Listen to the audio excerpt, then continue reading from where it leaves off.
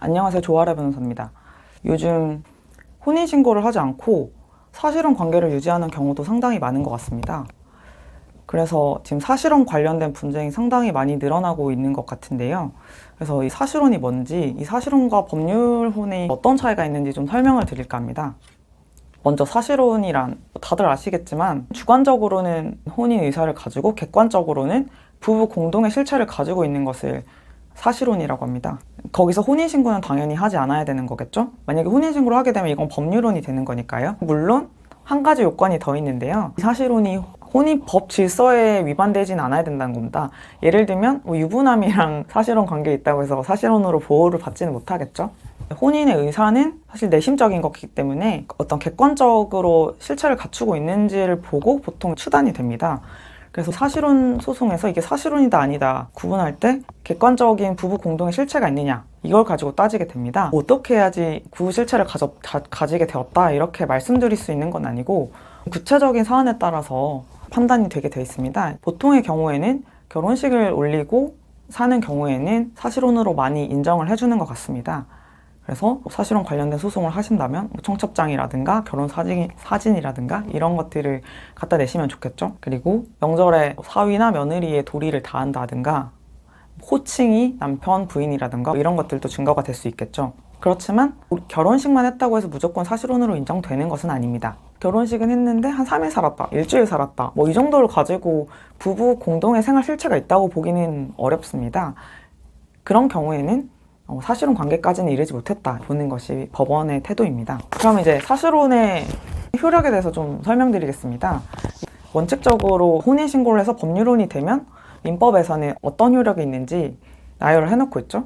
그럼 사실혼은 규정이 없잖아요. 그 구체적인 사안에 따라서 이제 효력이 좀 달라집니다. 그래서 먼저 신분적인 효력에 대해서 살펴보면 사실혼 부부 사이에서도 부부 사이에 동거, 부양, 협조 의무는 있다고 보는 것이 판례입니다.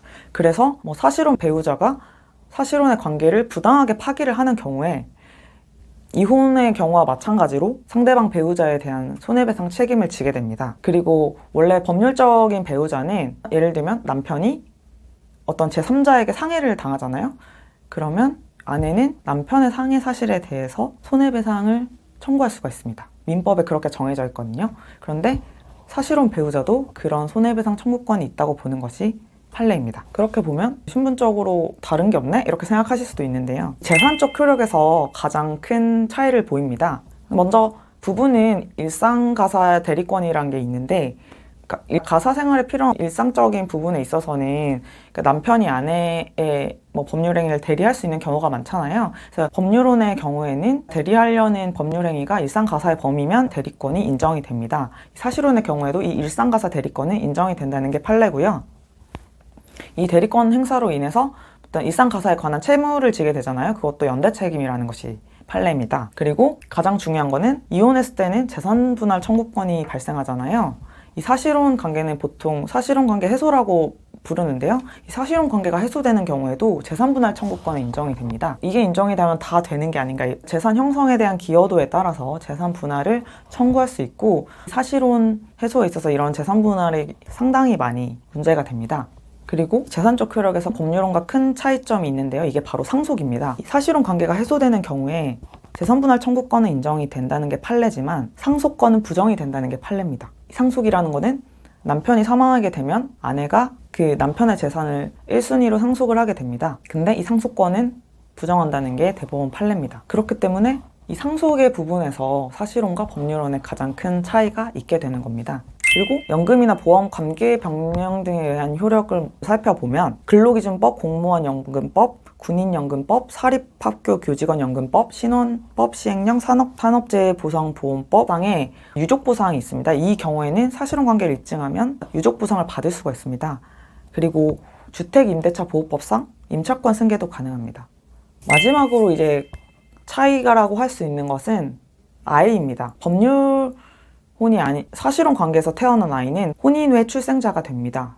그렇기 때문에 아버지의 경우에는 인지를 하여야지만 가족관계 등록부에 올라가게 됩니다. 이게 상속과 더불어서 법률혼과 가장 큰 차이라고 할 수 있습니다. 자녀를 가질 계획이시라면 법률혼으로서의 혼인관계를 유지할지 사실혼으로서 혼인관계를 유지할지를 한번 생각해 보실 필요가 있습니다. 그러면 어쨌든 부부 관계가 사실혼 관계 정도로 이제 혼인 생활의 실체가 형성이 됐습니다.